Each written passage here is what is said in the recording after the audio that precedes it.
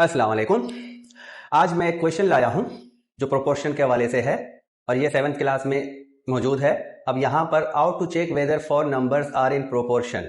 अब यहाँ मैंने दो पार्ट्स रखे हैं, यहाँ 4 नंबर्स रखे हैं या 4 वैल्यूज रखे हैं, तो हमने चेक करना है कि ये प्रोपोर्शन है या नहीं। सबसे पहले तो हमने जिस सीक्वेंस से हमें ये वैल्यूज मिले हैं, यहाँ देखें इस सीक्वेंस से हमें वैल्यूज मिले हैं, तो हम उसी वैल्यूज को उसी सीक्वेंस में रखेंगे प्रोपोर्शन टाइप में। तो प्रोपोर्शन को हम कैसे लिखते हैं, देखें अगर हमारे पास 4 कंपोनेंट होते हैं या 4 टर्म्स होते हैं तो हम इस तरह करके प्रोपोर्शन लिखते हैं। तो इनको भी जो ये 4 वैल्यूज मिले हैं इनको भी मुझे इस टाइप में लिखने हैं और इसी सीक्वेंस में लिखने हैं जिस सीक्वेंस में हमें मिले हैं। तो यहां सबसे पहले मैं 18 लिखूंगा,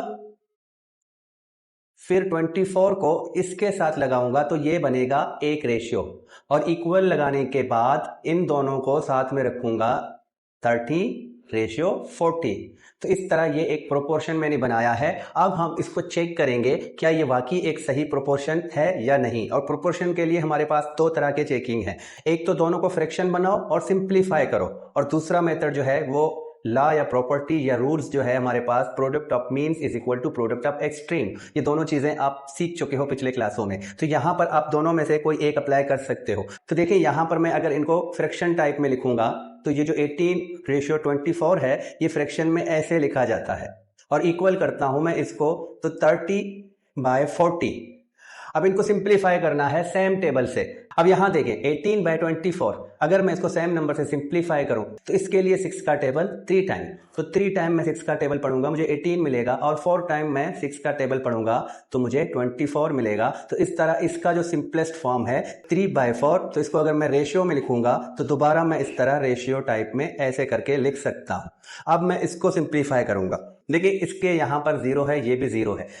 सिंप्लीफाई करना है तो 10 के टेबल से सिंप्लीफाई करेंगे, तो 10 से सिंप्लीफाई करने का मतलब ये दोनों 0 जो हैं कैंसिल आउट होंगे। 10 का टेबल इसके लिए 3 टाइम, 10 का टेबल इसके लिए 4 टाइम, तो यहां से भी मुझे जो फ्रैक्शन मिलेगा वो 3/4 मिलेगा। और मैं इसको फिर से रेशियो बनाऊं तो इस तरह सिंपलेस्ट फॉर्म में जो है ये दोनों रेशियोज सेम वैल्यूज रखते हैं, 3:4, और दूसरी साइड में भी यही है। तो इस तरह अगर हमने चेक करना है, वेरीफाई करना है कि ये प्रोपोर्शन है या नहीं, तो मैंने यहां पर जो फ्रैक्शन फॉर्म में चेक किया तो देखें दोनों फ्रैक्शन एक दूसरे के इक्वल हैं। अगर मैं इसको product of mean is equal to product of extreme में भी चेक करूं तो वहां भी ये इक्वल ही वैल्यू देंगे।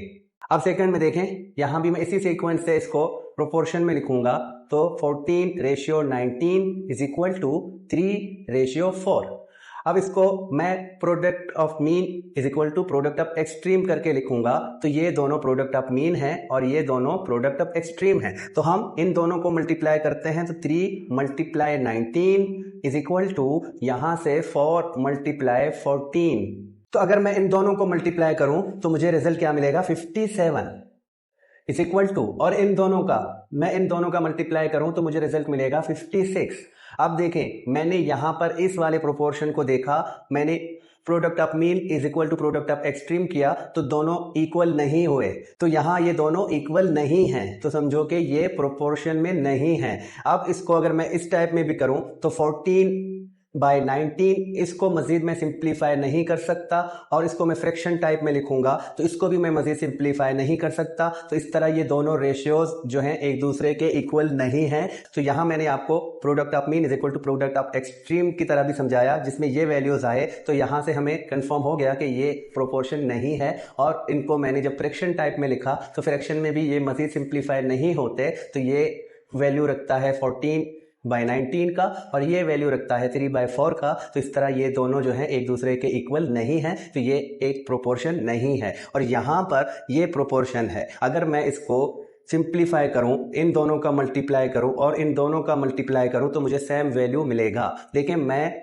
24 को मल्टीप्लाई करता हूं 30 के साथ तो ये 0 मैं यहां रखूंगा, और 4 को 3 के साथ मल्टीप्लाई करूं 12, 1 यहां पर, और 2 को 3 के साथ 6 तो ये 1 लगाऊंगा 720 मिलेगा। और इसी तरह मैं इन दोनों को मल्टीप्लाई करूं 18 × 40, ये एक्सट्रीम वाले नंबर हैं तो मैं 0 यहां रखूंगा। 8 को 4 के साथ मल्टीप्लाई करूं तो 32, 3 इधर आएगा, और इस तरह ये 4 और 3 मिला दूं तो यहां भी 720 आएगा। तो इस तरह ये दोनों जो मल्टीप्लीकेशन है product of mean and product of extreme, तो ये दोनों एक दूसरे के इक्वल हैं। और यहाँ पर ये करने से दोनों इक्वल नहीं हुए। तो ये तरीका होता है वेरीफाई करने का या चेक करने का कि आपको जो 4 वैल्यूज मिले हैं वो प्रोपोर्शन में है या नहीं।